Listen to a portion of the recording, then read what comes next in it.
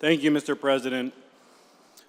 Over a decade ago, I visited a remote village along the Kunduz River in Pulikumri, Afghanistan. As part of an Army Special Forces team tasked with village stability operations, this was a relatively routine visit, not unlike hundreds of other missions we conducted during that deployment. I was the only member of my team who had learned to speak Persian Dari, the language most used in that area, so I would often engage in conversation with the Afghans. I learned a lot from them. That day, the topic was how local government decisions were being made. Local leaders were proud to explain to me how they had, in recent years, stabilized decision-making through a democratic process. Decisions that had too often been made by warlords and petty tyrants were instead being made in a representative way. They were proud of the progress they had made. They were also acutely aware that to fully benefit from a democratic decision-making process, that process needed to be well thought out and secured against those who would corrupt it. This was obvious to them. It's obvious to everyone who is serious about the topic. So they did their part and we did ours, often at great risk.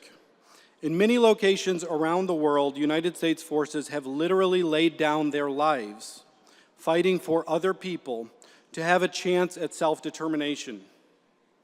Don't the people of the United States, the people of Michigan, deserve as much?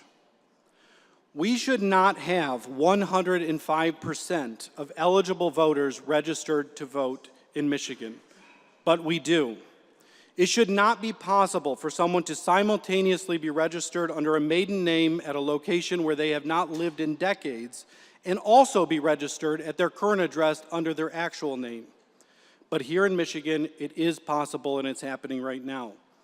Ballots should not be able to arrive days after an election without any postmark whatsoever and still be counted, but here in Michigan, they can be.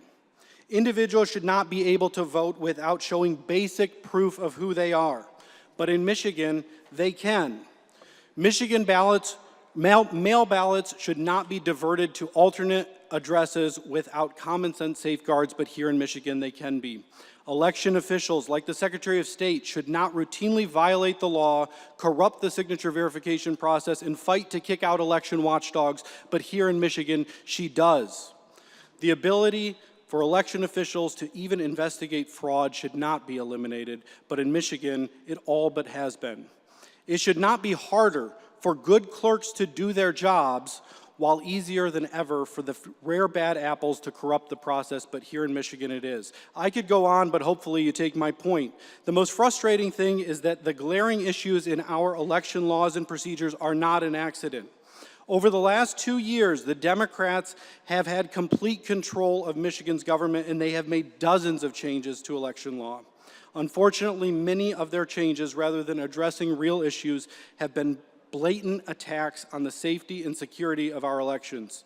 Now we are just over a month away from another enormously consequential election. The people of Michigan are rightly concerned.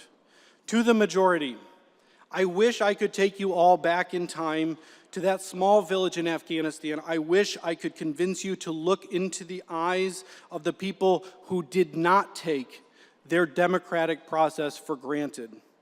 I wish I could get you to believe that the immeasurable gifts given to us by our previous generations are worth preserving. I wish I could convince you that the cynical politics of trying to win elections through rigging the system is something everyone will one day regret. I'm only speaking today because it is not actually too late. The majority still has time to take action before this election to fix fundamental problems. For instance, I have a blueback of a bill on my desk today that would help ensure the identity of voters is verified when they come out to vote. It wouldn't solve all of our problems, but it would help.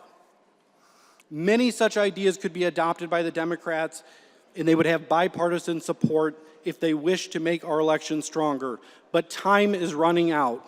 Please take action before it's too late.